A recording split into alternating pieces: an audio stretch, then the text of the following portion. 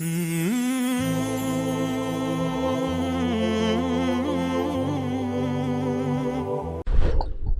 اللہ الرحمن الرحیم والصلاة والسلام علی رسولہ الکریم وعلی آلہ وصحبہ اجمعین، اما بعد۔ ایک ہی راستہ شروع سے رسول اللہ صلی اللہ علیہ وسلم تک اللہ تعالیٰ نے اپنایا، اس میں کوئی دوسرا راستہ ہمیں نظر نہیں آتا۔ علماء ہر دور میں تھوڑے ہوتے ہیں، اور اس دور میں اور بھی تھوڑے تھے، ایسے مدارس نہیں تھے، ایسے کھلے عام علم کا نظام نہیں تھا، علماء تو بہت تھوڑے، اور اس دور میں بھی تھکے سے تھکا عالم بھی کوئی دنیا کا طلبگار نہیں ہوتا تھا۔ ابو ظبی سے ایک عرب آیا، پروفیسر تھا معاشیات کا، اس نے مجھے پکڑ لیا، کہنے لگا یا تم مجھے پاگل سمجھتے ہو یا بچہ سمجھتے ہو، جاہل۔ میں نے کہا کیا ہوا؟ کہ مجھے 1 مہینہ ہو گیا ہے، میں روز 6 نمبر سنتا ہوں، تمہارے پاس اور کوئی چیز نہیں سنانے کی؟ ریاض الصالحین 6 نمبر، اور کوئی چیز نہیں ہے؟ مجھے پاگل سمجھا تم نے، مجھے جاہل سمجھا، میں ڈاکٹر ہوں، PhD۔ جب ان کا غصہ اتر گیا تو میں نے کہا یہ آپ کو کسی نے غلط بتایا کہ تبلیغ کا موضوع علم کی کثرت ہے؟ 40 دن میں آپ کیا علم سیکھ سکتے ہیں؟ 40 سال بھی لگائیں تو تھوڑے۔ علم کا موضوع تو صفات میں ترقی ہے، ایمانیات میں ترقی ہے، اور صفات کی ترقی محسوس نہیں ہوتی۔ آج میں نے آپ کو نئی حدیث سنائی، آپ کو پتہ چل گیا، لیکن آپ پہلے سے صبر میں آگے بڑھے اس کا تو آپ کو نہیں پتہ چل سکتا۔ صفات کی ترقی غیر محسوس ہوتی ہے، پتہ نہیں چل رہا ہوتا۔ درخت روزانہ بڑھتا ہے، کبھی محسوس ہو؟ آپ کے سامنے بڑھ کے پورا پودا پورا درخت بن جاتا ہے، آپ کی گود کا بچہ کھیلتے کھیلتے کھیلتے کھیلتے کھیلتے جوان ہو جاتا ہے، لیکن کبھی پتہ نہیں چلتا کہ آج 1 انچ بڑا ہے، آج 2 انچ بڑا ہے، آج ½ انچ بڑا ہے، آج 4 انچ بڑا ہے۔ وہ روزانہ ترقی کرتا ہے۔ ایمانی صفات آہستہ آہستہ ترقی کرتی ہیں، نظر نہیں آتی، اور تبلیغ میں نکلنے کا موضوع صفات میں ترقی ہے، نہ کہ علم میں ترقی۔ علم کے لیے مدارس ہیں، صفات میں ترقی کے لیے مجاہدے ہیں، ناگواریاں ہیں۔ تو تبلیغ کا جو موضوع ہے وہ صفات میں بڑھوتری۔ میں ایک سفر کر کے آیا 1 مہینے کا، بہت زندگی کا اوکھا ترین سفر تھا وہ۔ تو میں رائمنڈ میں ایسے بیٹھا تھا، 3 چلے کی بات، تو ایک میری 18 سال عمر تھی، تو ایک صاحب میرے پاس بیٹھے تھے، کہنے لگے بیٹا کہاں سے آئے ہو؟ میں نے کہا جی میں ادھر گیا تھا قصور کی طرف، 1 مہینے کا سفر۔ کیا سیکھا؟ کیا سیکھا؟ کچھ نے کہ کیا سیکھا؟ اور جو میرے ساتھ گئے تھے سب ان پڑھ، سارے ان پڑھ، امیر بھی ان پڑھ، اور روزانہ لڑتے تھے۔ عجب لڑائی تھی، جماعتوں میں لڑائی ہوتی ہے، سالن اچھا کیوں نہیں بنایا، وہ لڑتے تھے سالن اچھا کیوں بنایا، اس پہ لڑتے تھے۔ آج آلو زیادہ کیوں ڈالیں، آج دال زیادہ کیوں ڈالیں۔ ایک پٹھان کہتا تھا میں نے چائے نہیں پینی، میرے 4 آنے روزانہ واپس کیا کرو۔ 4 آنے کی چائے کی پیالی ہوتی تھی، اگر میرے 4 آنے واپس کیا کرو۔ ایک تھا رنگڑ، اس کا نام تھا سلیمان، وہ بریلیوں کی مسجدیں جہاں جائے وہ اذان دینا شروع کرتا، اس کو امیر اور اس کی روزانہ لڑائی ہو۔ وہ کہے تو نے ریونڈ میں سونا نہیں تھا، اذان نہیں دینی، مسجد کے کام میں دخل نہیں دینا۔ وہ کہ ریونڈ والے کو ٹھیکیدار جو اذان دے گا اس کی گردن اونچی ہوگی، میں دوں گا۔ اب وہ بسی والوں کی لڑائی ہو گئی، تو نے اذان کیوں دی؟ وہ امیر اس سے لڑے، تو نے اذان کیوں دی؟ اس پہ دونوں کے آپس میں گتھم گتھا۔ ایک دفعہ امیر کی ڈیوٹی لگی کھانا پکانے کی، وہ اس کو کچھ نہیں ملتا ہی کچھ نہیں، سالن نہیں بن سکا، تو اس نے چاولوں میں گڑ ڈال دیا، چلو میٹھے ہو جائیں تو کھائے جائیں۔ تو ایک ڈیرہ اسماعیل خان کا تو اس نے ڈوئی اٹھا کے جو ماری نا اس کو کہ تو نے میٹھے چاول کیوں بنائے، ہم قرضہ لے کے آئے ہیں، تم نے اتنا پیسہ کیوں خرچ کیا۔ یہ سفر تھا، تو اس میں کیا سیکھتا؟ اور خرچہ کیوں کیا، اتنا خرچہ کیوں کیا؟ اور 1 مہینے کا خرچہ پتہ کتنا تھا؟ کرایہ ملا کر رائمنڈ سے رائمنڈ 27 روپے، 27 مجھے آج تک یاد ہے۔ 1 مہینے کا سفر، اور ہم رائمنڈ سے چلے قصور، قصور سے چلے مائی رابو، دیپال پور کی طرف ایک جگہ تھی، وہاں سے پیدل چلے اور کوئی 30 40 50 کلومیٹر کا سفر کر کے ہم دوبارہ قلعہ سوندا سنگھ، وہ دیپال پور کے بالکل ساتھ ایک اڈا آتا ہے، وہاں پہنچے، وہاں سے پھر واپس قصور، قصور سے رائمنڈ۔ اس سارے میں کرایہ شامل تھا، اور کھانا ہم روزانہ خود بناتے تھے۔ پورے سفر میں شاید 1 یا 2 ہماری دعوتیں ہوئیں، اور وہ ہمارا ٹوٹل 27 روپے خرچ آیا تھا، اور اس پر بھی روزانہ لڑائی ہوتی تھی کہ تم نے آج سالن اچھا کیوں بنا۔ وہ عجب سفر تھا۔ تو اس میں سیکھنے کے لحاظ سے تو کچھ بھی نہیں، تمہارا ذہن ہے معلوماتی، تمہیں کوئی نئی چیزیں معلوم ہو تو تم ایسے کر کے بیٹھتے ہو، ایسے کر کے، اور ایک ہی چیز دہرائی جائے تو تم یوں بیٹھتے ہو، یہ کیا ایک ہی بات دہرائی جا رہی، ایک ہی بات، یہ تو مجھے پتہ ہے، یہ تو مجھے آتی ہے، یہ تو مجھے معلوم ہے۔ صفات میں ترقی ہوتی ہے اسی صفت کو بار بار سننے سے، اسی کو بار بار بولنے سے۔ علم کی ترقی کے لیے ہے مدرسہ، تبلیغ صفات میں ترقی کا سفر ہے۔ ایمان کو روز سنو تاکہ ایمان بڑھے، نماز کو روز سنو تاکہ نماز بڑھے، علم کو روز فضائل کو سنو تاکہ عمل کا شوق پیدا ہو، روز ذکر کرو تاکہ اللہ سے تعلق پیدا ہو، روز اپنے اخلاق سناؤ تاکہ تواضع پیدا ہو، روز اپنی نیت کے بارے میں سنو تاکہ نیت اچھی ہو۔ یہ ایک چیز کو بار بار سنو۔ کل نے کہا آپ نے کیا سیکھا؟ میں نے کہا میں نے اپنی طبیعت کے خلاف رہنا سیکھا۔ یہ مجھے آج تک یاد ہے، 1972 کی بات ہے۔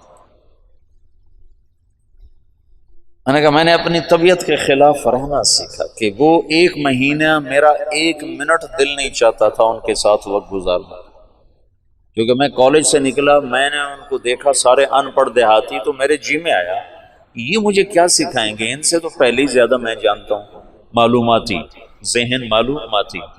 تبلیغ کا فائدہ ہے صفاتی نہ کہ معلوماتی۔ تم ایک ان پڑھ کی بات بھی دھیان سے سنو گے تو اللہ کی قسم تمہیں بیان کی حلاوت محسوس ہوگی۔ تم سنتے نہیں ہو، صرف بیٹھتے ہو۔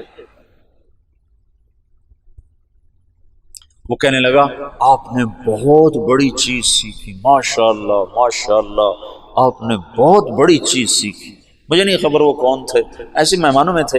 ماشاءاللہ ماشاءاللہ، آپ نے بہت بڑی چیز سیکھی، کہ 1 منٹ کے لیے دل نہیں چاہتا تھا کہ میں ان لوگوں کے ساتھ رہوں، لیکن ساتھ چلا، طبیعت کو ناگواری میں رہنا آ گیا۔ آگے بہت ناگواریاں دیکھنا میرے لیے طے تھا، تو اللہ نے میرے پہلے سفر میں ایسی بنیاد بنائی کہ میں پس کے رہ گیا، روزانہ میں بھاگ جاؤں گا۔ ایک دفعہ تو میں نے بستر باندھ لیا، بستر باندھ کے اور اس پر ایسے گھٹنے ٹیک کے اس کو گانٹھ لگا رہا تھا کہ مجھے اپنی حیت یاد، کیفیت یاد۔ یوں میں ایسے تھوڑا سا نیچے ہو کر میں نے اس کو گانٹھ لگائی، اور اٹھانے کے لیے جھکا تو ایک دم پھر کوئی طاقت نے مجھے وہاں سے پیچھے ہٹا دیا۔ علم کا موضوع ہے تبلیغ میں تاثر اور عمل کے شوق کا پیدا ہونا۔ پھر جو تبلیغ میں ذکر ہے، اس سے مراد مشائخ کا ذکر نہیں، تبلیغ میں ذکر سے مراد وہ ہے جو ساری امت کر سکے، وہ اذکار مسنونہ ہیں۔ اذکار مسنونہ ہی تبلیغ کی دعوت ہیں۔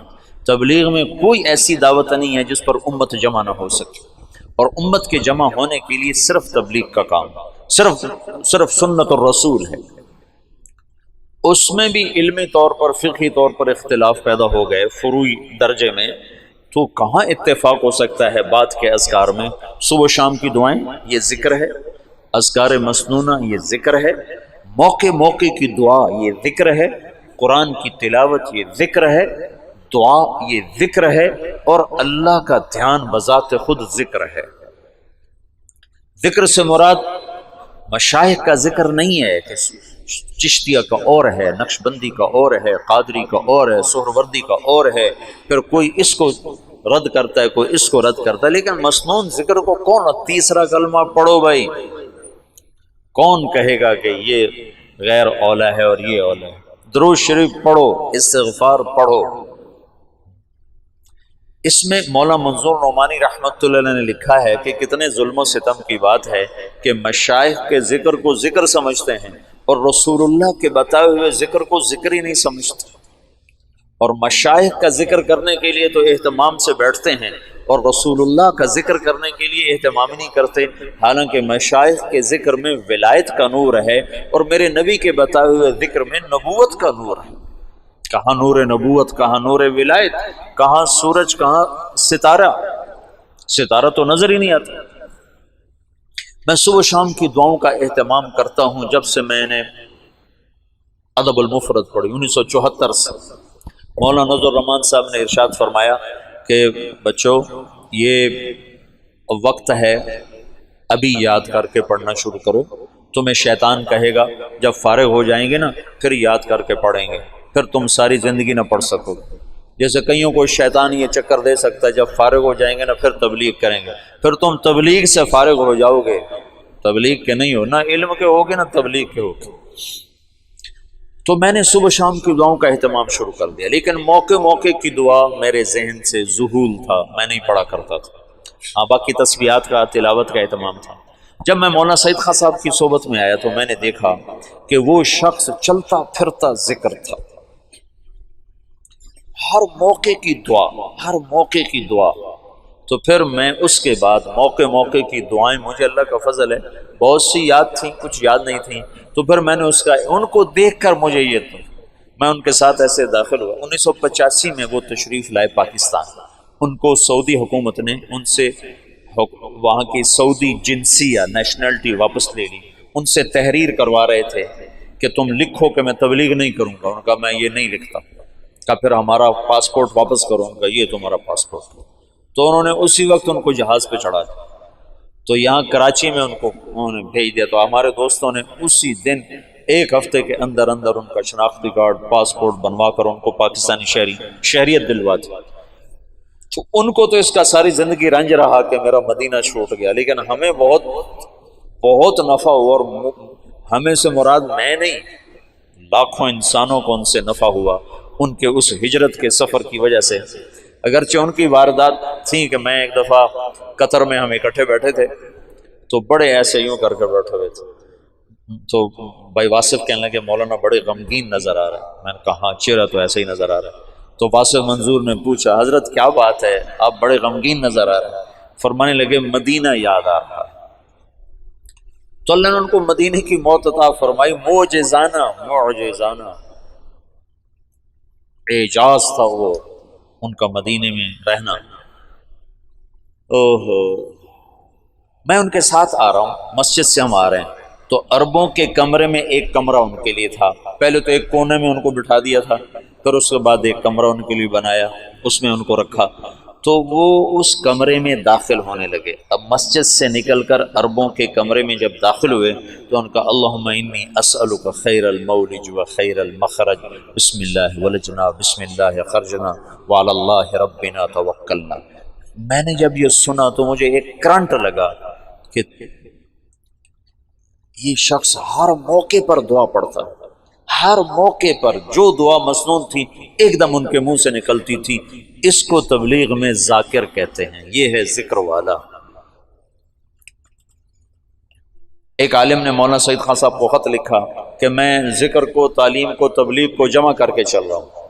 تو مولانا سعید خان صاحب نے اس کا جواب لکھوایا جو میں نے خود پڑھا کہ تبلیغ کے کام کے ساتھ صحابہ والا علم اور ذکر تو جڑ سکتا ہے، بعد کے مشائخ کا علم اور ذکر تبلیغ کے ساتھ نہیں جڑ سکتا، کہ صحابہ کا علم اور ذکر تبلیغ کے ساتھ نقل و حرکت میں تھا، اور بعد کے دور کے علم اور ذکر کا تقاضا بیٹھنے کا ہے اور تبلیغ کا تقاضا چلنے کا ہے، تو ان دونوں میں جوڑ ہو نہیں سکتا۔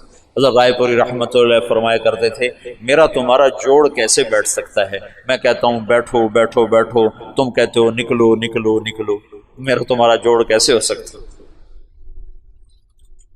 تو ذکر سے مراد ذکر مسنون ہے، ذکر دعا ہے، ہر موقع کی دعا تمہاری زبان پر اپنے آپ جاری ہو جائے۔ حسن حسین میں ایک نظر ڈال لو، تم سارے عربی پڑھے ہوئے اور ماشاءاللہ سارے اچھے ذہن کے بچے ہو، چند دن اہتمام کرو گے پھر تمہیں اس کو یاد ہو جائے۔ مولانا کو دیکھ کر میں موقع موقع کی دعاؤں کا عادی ہوا، ورنہ پہلے عادت نہیں تھی، صرف کھانے کی دعا، سونے کی دعا بس۔ لیکن ان کو دیکھا کہ ہر موقع پر دعا پڑھتے تھے، ہر موقع پر دعا پڑھتے تھے، یہ ذکر ہے۔ نظام الدین میں ہم تھے تو وہاں اب بھی سورہ یاسین کا ختم ہوتا ہے، مغرب کے بعد پھر دعا ہوتی ہے، پھر اس کے بعد کاروزاری ہوتی ہے۔ تو میں مولانا کے ساتھ تھا وہاں، نظام الدین بھی رہا، میں کافی عرصہ مولانا کے ساتھ، 1 مہینہ پورا ساتھ رہا۔ تو دعا شروع ہوئی تو میں بھاگ کے گیا، مولانا زبیر صاحب نے دعا کروائی تھی۔ دعا سے فارغ ہو کر میں کمرے میں آیا، میں نے کہا آپ دعا میں نہیں شریک ہو؟ کہنے لگے جو چیز صحابہ کے دور سے ثابت نہ ہو میری طبیعت اس کی طرف چلتی نہیں، میری طبیعت اس کی طرف چلتی نہیں۔ یاسین کا ختم، اس کے بعد دعا، یہ مشائخ کا ترتیب تو ضرور ہے تو اس کا انکار نہیں ہے، لیکن میری طبیعت ادھر چلتی ہے جو چیز صحابہ سے ثابت ہے، امت اس پہ جمع ہو سکتی۔ تو تبلیغ کا ذکر، یہ 3 تسبیحات، صبح شام کی دعائیں، موقع موقع کی دعا، اور یہ ہاتھ اٹھا کے دعا مانگنا، اور قرآن کی تلاوت، یہ ذکر ہے۔ چوتھے نمبر کا منتہا ہے کہ تم برے کے سامنے، برائی کے سامنے، برا کرنے والے کے سامنے صبر کر جاؤ، چپ کر جاؤ، یہ اس کی ابتدا ہے۔ اور اس کی انتہا ہے کہ تم اس کے ساتھ وہ کرو جو اللہ کہتا ہے باللتی ہی احسن، باللتی ہی احسن، فاصدق صدیقک ان صدقت صداقتا۔ یہ علامہ دمیری نے ایک شعر نقل کیا ہے، بڑا خوبصورت، آخری مصرع میرے ذہن سے نکل گیا کہ دوست کے ساتھ دوستی نبھا اور دشمن کے ساتھ وہ کر جو اللہ کہہ رہا ہے باللتی فإذا الذی فادفع عدوک باللتی فإذا الذی فاصدق صدیقک ان صدقت صداقتا فادفع عدوک باللتی فإذا الذی۔ یہ جملہ اس شاعر کی فصاحت کی چوٹیوں کو بیان کرتا ہے نا کہ اس نے آیت کو کیسے فٹ کیا ہے۔ فاصدق صدیقک ان صدقت صداقتا فادفع عدوک باللتی فإذا الذی۔ واہ کیا کمال کرتا کہ یار سے یاری نبھا، یہ ہے اخلاق کا ابتدائی درجہ، چوتھے نمبر کا ابتدائی درجہ۔ اور چوتھے نمبر کا اعلیٰ درجہ کیا ہے؟ فادفع عدوک باللتی فإذا الذی، فإذا الذی بینک وبینہ عداوۃ کأنہ،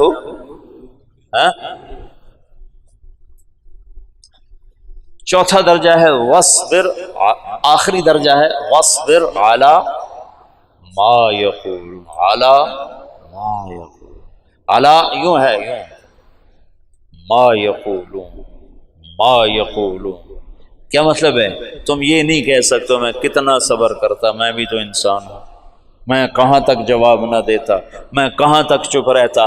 تو علی کہتا ہے آخر حد تک چپ، آخر حد تک چپ، علی علی آخری حد تک چپ، آہ نہ کر، چپ ہو جا بس۔ وصبر علی علی، جو بھی آئے جہاں سے آئے، کیسا ہی زہریلا اور کڑوا آئے، خاموش۔ چوتھا نمبر میں نے تمہیں بہت بیان کیا، اگرچہ اس کو جتنا بھی بیان کیا جائے تھوڑا ہے، لیکن جتنا تمہاری زندگی میں ضروری ہے میں نے اس کو بہت بیان کیا۔ تم کرنے والے بنو تو جتنا کچھ بتایا جا چکا ہے وہ کافی ہے، نہ کرنے والے بنو تو سارا قرآن پڑھ کے بھی تم جھٹک دو تو کون روکنے والا ہے؟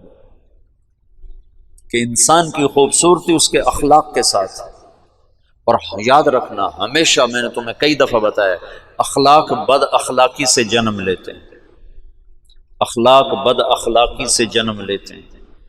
تبلیغ میں تمہیں لوگ ملیں گے، کوئی تمہاری تربیت کے چکر میں ہوگا، کوئی تمہاری اصلاح کے چکر میں، یہ صرف تبلیغ کی بات نہیں، تم گھر میں اپنوں سے، غیروں سے، بہت سوں سے تمہیں ناگواریاں، وَلَتَسْمَعُنَّ وَلَتَسْمَعُنَّ، یہ ہو کے رہے گا۔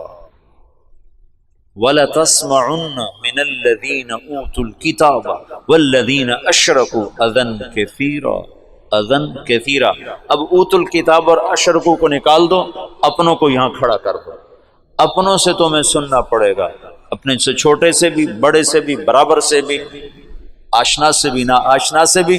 اور اس پر کرنا کیا ہے؟ وَإِن تَصْبِرُوا وَتَتَّقُوا فَإِنَّ ذَلِكَ مِنْ عَزْمِ الْأُمُورِ۔ اپنے ظاہر کو خوبصورت بناؤ اچھے اخلاق کے ساتھ، اپنے ظاہر کو خوبصورت بناؤ صاف ستھرے لباس کے ساتھ بھی اور صاف ستھرے اخلاق کے ساتھ۔ لباس بھی قیمتی نہ پہنو، اچھا صاف ستھرا پہنو، ہمارے اخلاق ایسے نہ ہو کہ کوئی تم سے نفرت کرنے لگ جائے، بھاگنے لگ جائے۔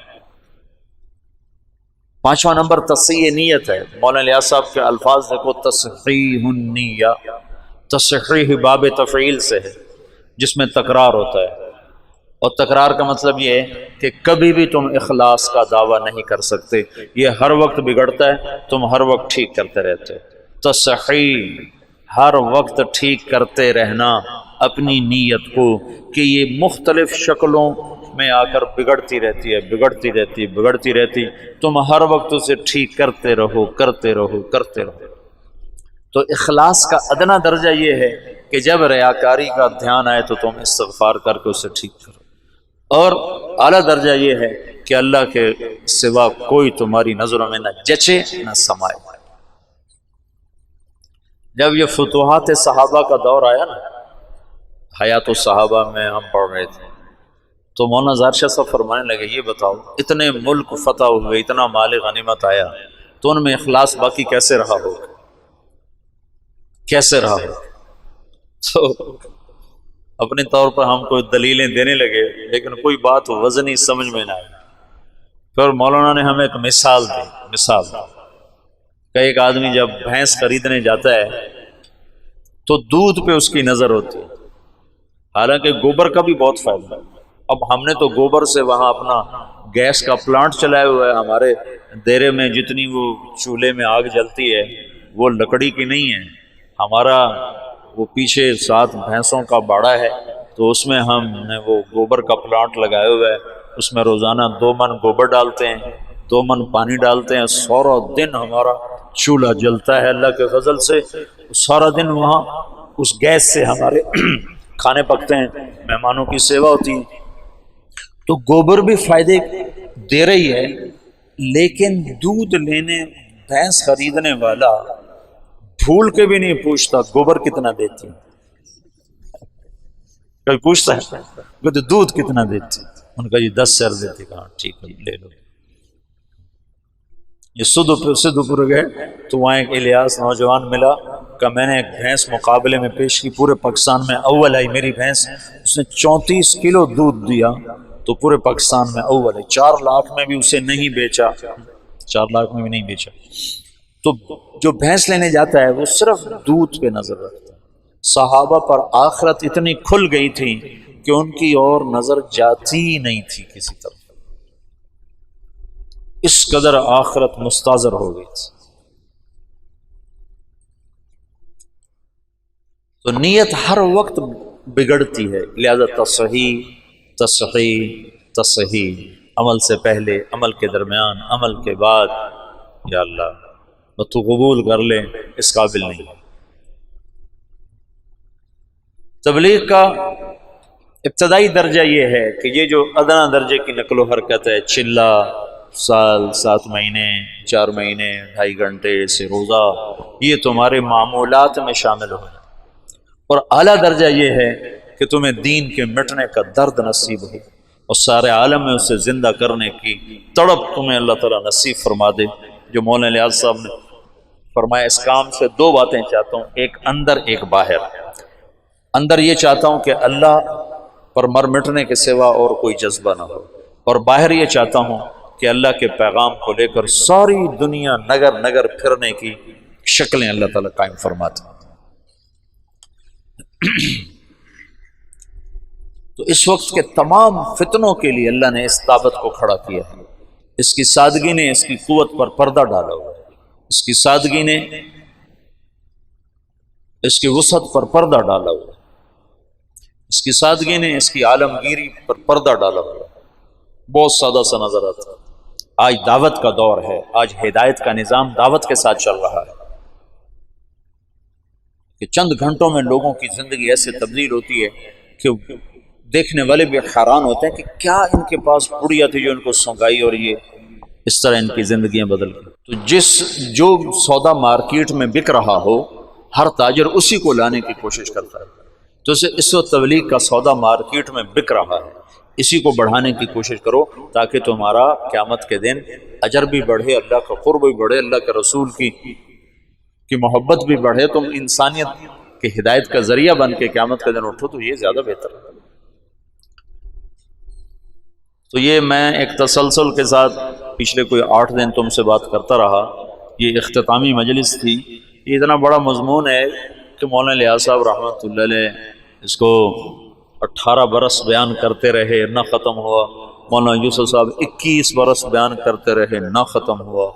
مولانا عمر صاحب رحمۃ اللہ علیہ 32 برس اس کو بیان کرتے رہے، نہ ختم ہوا۔ یہ تو نہ ختم ہونے والی چیز ہے، یہ تو بڑا مضمون ہے، میں کتنا بولوں، اس کی کوئی انتہا نہیں ہے، لیکن جتنا ضروری تھا وہ میں نے بتا دیا ہے۔ کرو گے نفع پاؤ گے، نہیں کرو گے فقیرانہ آئے صدا کر چلے، میاں خوش رہو ہم دعا کر چلے۔ ہمارا کام تو صدا لگانا ہے، آگے کوئی لے نہ لے اس کا اپنے مرضی ہے، دامن کھولے یا سمیٹے، دل کے دریچوں کو کھولے یا بند کرے، اس کا اپنا کام ہے۔ لیکن جہاں تک صدا لگانے کا کام ہے تو میں نے اپنی ہمت سے بڑھ کر تم سے بات کی ہے۔ اب آگے کرنا نہ کرنا تمہارے اپنے ظرف کی بات ہے، تمہارے اپنے لینے کی بات ہے۔